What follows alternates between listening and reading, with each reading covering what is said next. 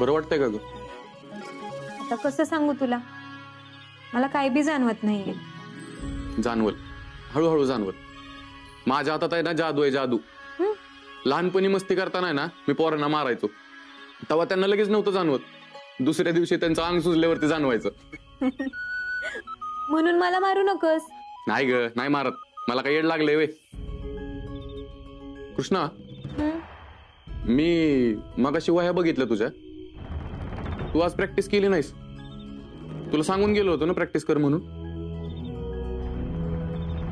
जमल तेवढं केलंय की. बरं आहे, ऐक की, उजव्या हाताची मालिश झाल्यावर डाव्या हाताला करशील का? अगं करणार की. तू फक्त बोल काय सेवा करायची, सगळी सेवा करणार मी तुझी. अगं काय ग, एवढा हात दुखतोय का तुझा? ऐक, अगं लय हात दुखतोय की तुझा. आणि फक्त प्रॅक्टिस करून एवढा हात नाही दुखला पाहिजे. आणि तू आज जास्त प्रॅक्टिस बी नाही केलीस, मग हात कसं काय दुखतोय तुझा एवढा?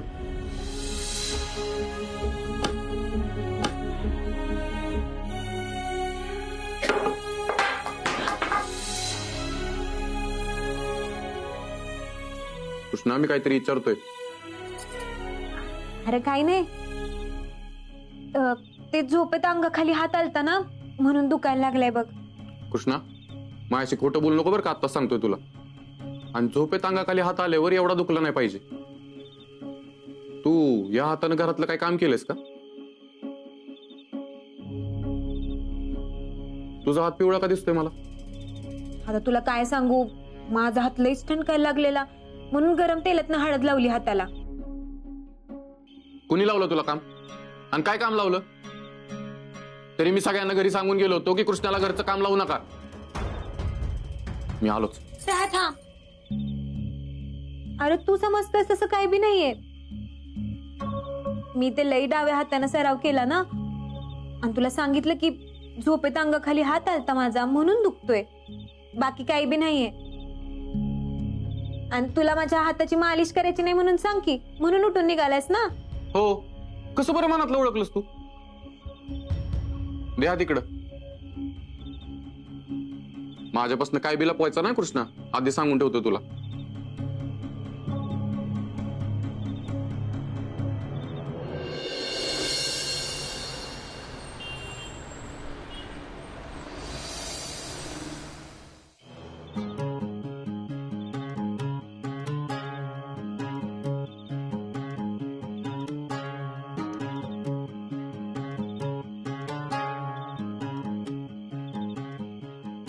रंजे, अशी आदूसून काय कामाची?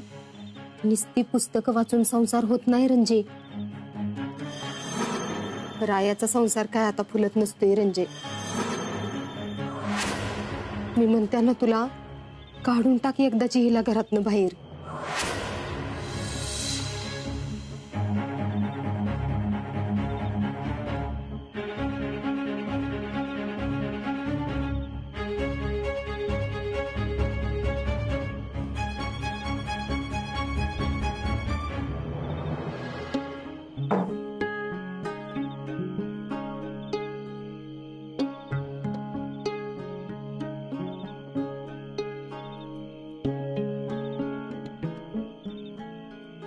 काही बोलायचंय का तुम्हाला?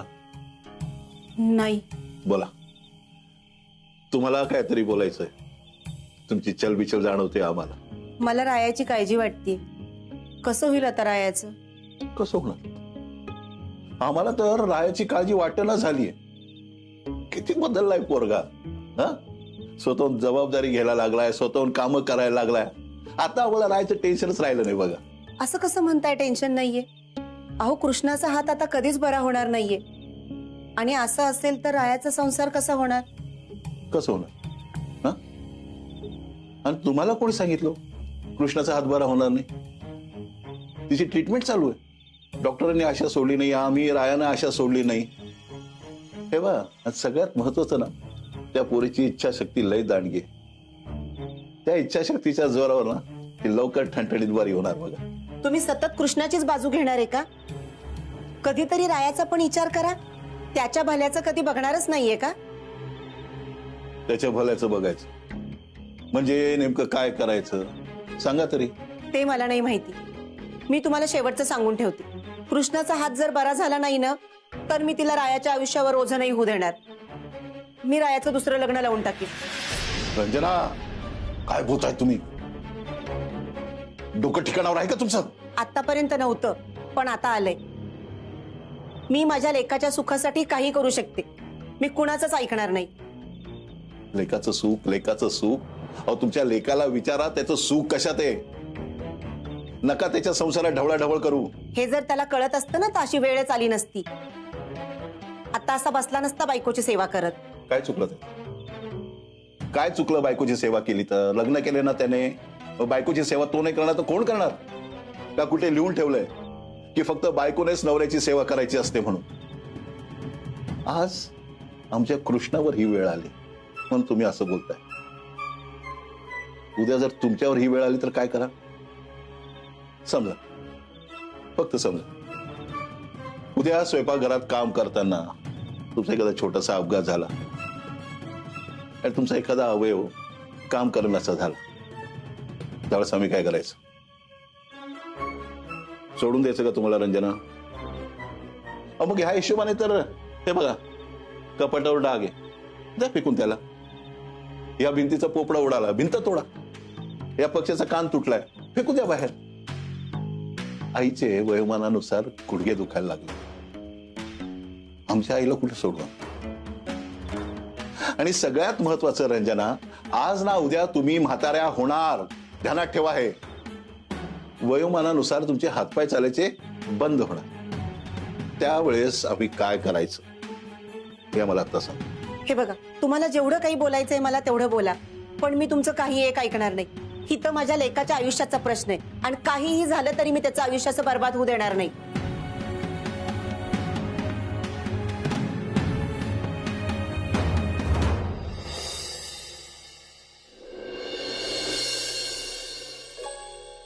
कृष्णा, गरमागरम नाश्ता आणलाय, खाऊन घे बघू.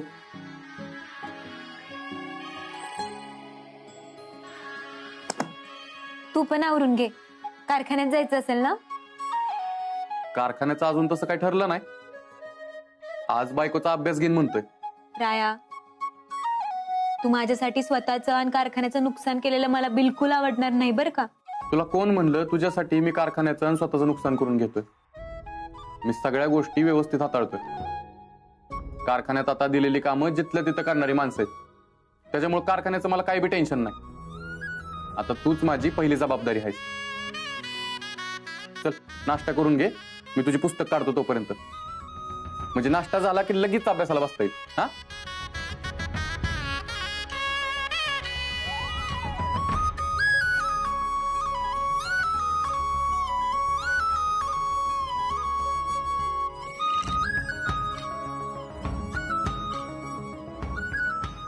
कृष्णा,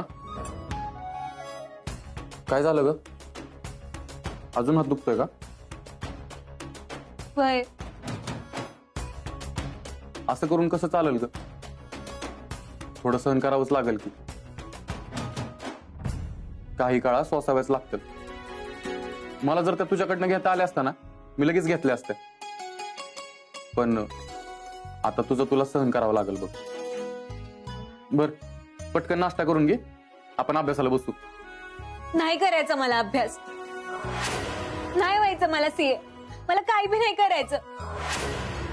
मी कधीच सीए नाही होऊ शकणार आहे राया. मी अशीच राहणार आहे दुसऱ्यांच्या जीवावर जगत. मी हरलीये, हरले मी राया. तू तुझा वेळ नको वाया घालूस, आणि माझ्याकडनं तर बिलकुल अपेक्षा ठेवू नकस. तू जा इथनं, जा. काय बोललीस तू? परत बोल. मला नाही करायचंय अभ्यास, मला नाही व्हायचंय सीए. मला काही बी नाही करायचं, तू जा इथनं. इतक्या लवकर हार मानलीस? तू त्रास बघितलायच कुठं कृष्णा? माझ्याकडे बघ. 1000 वेळा आयुष्यात अशी वेळ आली की जिथं वाटलं संपलं सगळं. इथनं पुढं मला काहीच करता येणार नाही, आयुष्यात पुढेच जाता येणार नाही. पण एकाचं 5 कारखाने केलंच ना मी, लढत राहिलोच ना. कितीतरी वेळा तू मला माझ्या शक्तीची, हुशारीची जाणीव करून दिली आहेस, आणि आता तूच म्हणतेस मी हारले म्हणून. हार जीत तुमच्या मान्यवर असते. तुमच्या मनाची शक्ती जर दांडगी असेल ना तर जगात काहीच अवघड नसतं. हे तूच सांगायचीस ना मला. आणि आता तूच म्हणतेस की माझ्याच्यानं काय होणार नाही. जी मुलगी मरणाला 3-3दा हरवून आलीये ती म्हणते मी हारली म्हणून. ह्याच्यावर कसा विश्वास ठेवायचा कृष्णा? तू चल माझ्यासोबत. मला नाही यायचं कुठं बी. मी नाही देणार परीक्षा. तू जा इथनं. मी बघतोस तू कशी परीक्षा देत नाही ते. चल. राया,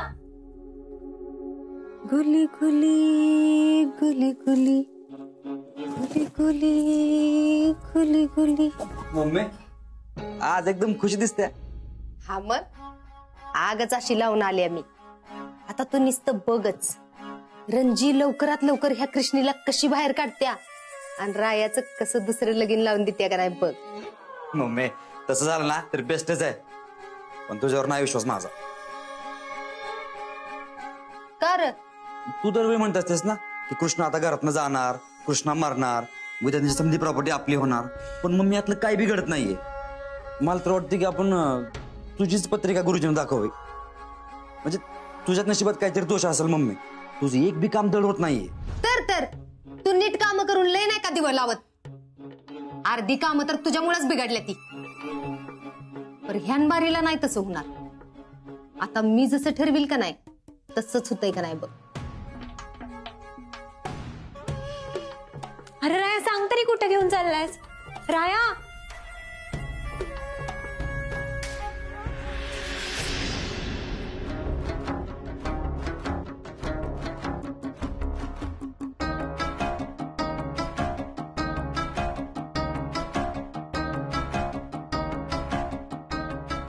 काय र राया हिला घेऊन कुठे गेला असेल?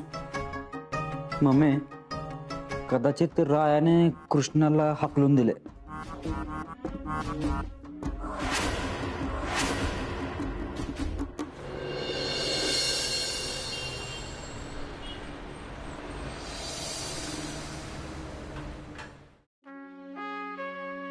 अरे राया इकडे कशाला घेऊन आलायस मला?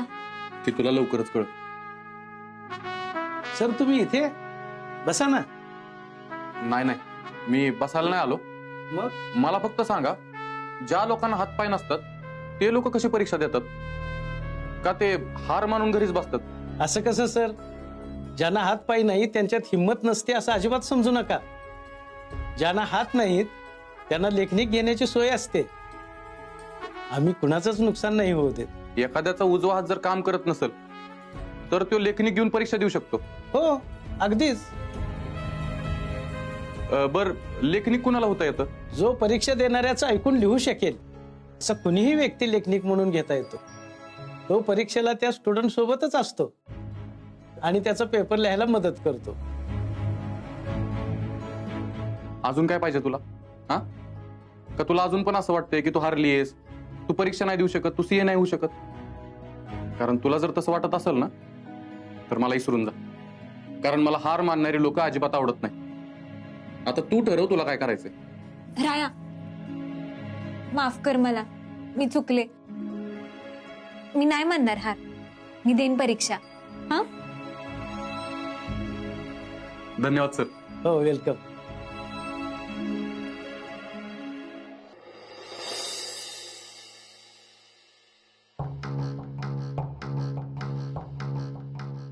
हे काय? ती बदाम खा आणि विचार कर मम्मी की राया कृष्णाला कुठे घेऊन गेला असेल. मला तर वाटतंय एखाद्या मोठ्या डॉक्टरकडे घेऊन गेला असेल तिला. मम्मी काय उपयोग नाही. तिचा हात जर बरा होणार असता ना तर डॉक्टरने आधी सांगितलं असतं की त्याला दुसरीकडे दाखवा म्हणून. पण डॉक्टरांनी स्वतःहून बोललेत की तिचा हात बरा होऊ शकत नाही. मग घरात लय काम पडतंय म्हणून मामा मामीकडे तर घेऊन गेला नसेल. मम्मी तसं असतं तर काल मामा मामी आले होते ना, त्याच वेळेस त्याने त्याला पाठवून दिलं असतं की बोलला नसता काळजी घेईल म्हणून. मम्मी भाऊसाहेबांसमोर त्याने कृष्णाची जबाबदारी स्वतःच्या खांद्यावर घेतली आहे. त्यामुळे तो आता परत तिला कृष्णाच्या मामा मामीकडे नाही पाठवणार. मम्मी जर असं झालं ना तर भाऊसाहेबाच्या नजरेत आणखीनच खाली उतरेल तो. मग हा मग का नाही तिला बरं वाटावं म्हणून फिरायला घेऊन गेला असेल. मम्मी अगं असं हाताला खेचत कोण फिरायला घेऊन जाईल का? मग देवाला या आता असं कुठलं देव राहिलं ते ज्याला लोक गेली नाहीत. अरे मग धरणं मी एवढा अंदाज बांधते, तू कुठूनच काढतोयस. मग तुला एवढं माहित आहे तर तूच सांग की, मला कशाला विचारतोयस? अगं मम्मी मला जर एवढा अंदाज बांधता आला असता ना तरी सगळी बात मीच खाल्ली असते की, तुला कशाला दिली असते? मम्मी तू आलाय वाटतं.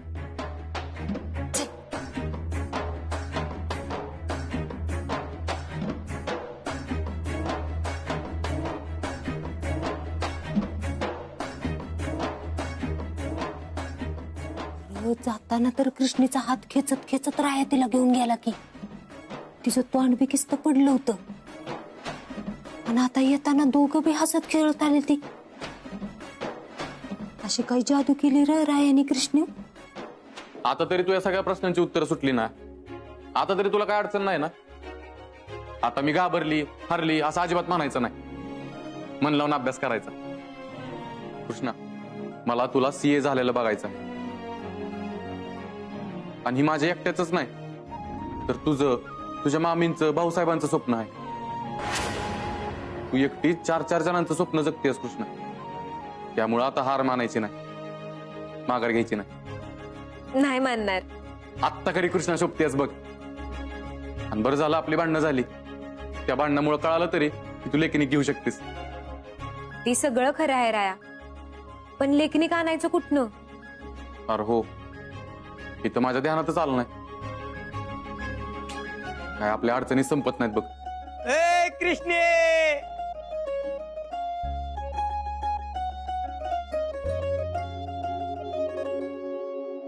अरे कशी आहे माझी कृष्णा, माझे दोस्त, माझी मैत्रीण, माझी जिगरी यार. ए कृष्णे, ऐ सीए बघ तुझा सीओ आलाय. मुंजा, अरे कसा आहेस? तुला किती दिवसानं बघते मी. हा गप तू काय पुरी संसारात रमलीस. आमची तर अजिबात आठवण बी आलं नसेल तुला. तर तुला लई आठवण आली ना माझी. रोजच मला भेटायला येत होतास की. हा तुला काय सांगू, तुझी तिकडे लय म्हणजे लयच आठवण यायची बघ. पण इकडे येताच येत नव्हतं. पण आता आलोय ना, आता काही नुसता जात नाही, आता निसता धिंगाणा दिटाळी. अगदी की अय कृष्णे, टाळी दी की. मुंजा, ते माझा उजवा हात काम समज कळलंय मला. पण कृष्णे तू अजिबात काळजी करू नको. आता तुझा मुंजे आलाय का नाही, समज ठीक होणार. एकाच गोष्टीचं वाईट वाटतंय, एवढं समज होऊन गेलं पण तुम्हाला कळलं सुद्धा नाही. हाय का? आता मी तुला कसं कळवणार होते बरं? तू का मला पत्ता दिला होतास का नंबर दिला होतास? मला फक्त तुझ्या आईकडनं कळालं तू कुठेतरी लांब मामाकडे गेलायस म्हणून. तिकडे जहाजावर घेऊन गेला होता मला तो कामासाठी, त्याच्यामुळे काही कॉन्टॅक्टच करता आला नाही. आणि माझा सीएचा फॉर्म बी भरायचा राहिलाय. आता पुढच्या आळला परीक्षा द्यावं लागणार. कृष्णा सापडला. ये राया, हात सोड. हे बघ माझ्या नादाला लागू नको. येतानाच कुस्ती शिकून आलूया, इथं झोपे पचड देईन. कृष्णा तुझा लेखनिक सापडला बघ. हरो आहे की मुंजा आहे की? मुंजा, अरे ते आता मला उजव्या हाताने पेपर लिहिता येणार नाही ना, म्हणून आम्ही दोघं बी लेखनिक शोधत होतो. तू होशील का रे माझं लेखनिक? हाग होईन की, काय नाही होणार. हाग तुझं लेखनिक मी होणार. किती वेळा तर तुझा पेपर बघून मी पास झालोया. कृष्णे मी तुझा लेखनिक होणार. तू अभ्यास कर कृष्णे. आता तू सीए टॉप झाली म्हणून समजच. तुझा मेंदू माझा हात, आग दूर लावून टाकू जगात. अरे भारी. ऐक ऐक ऐक ऐक ऐक, तुझा मेंदू माझा हात दुरळा घालू जगात.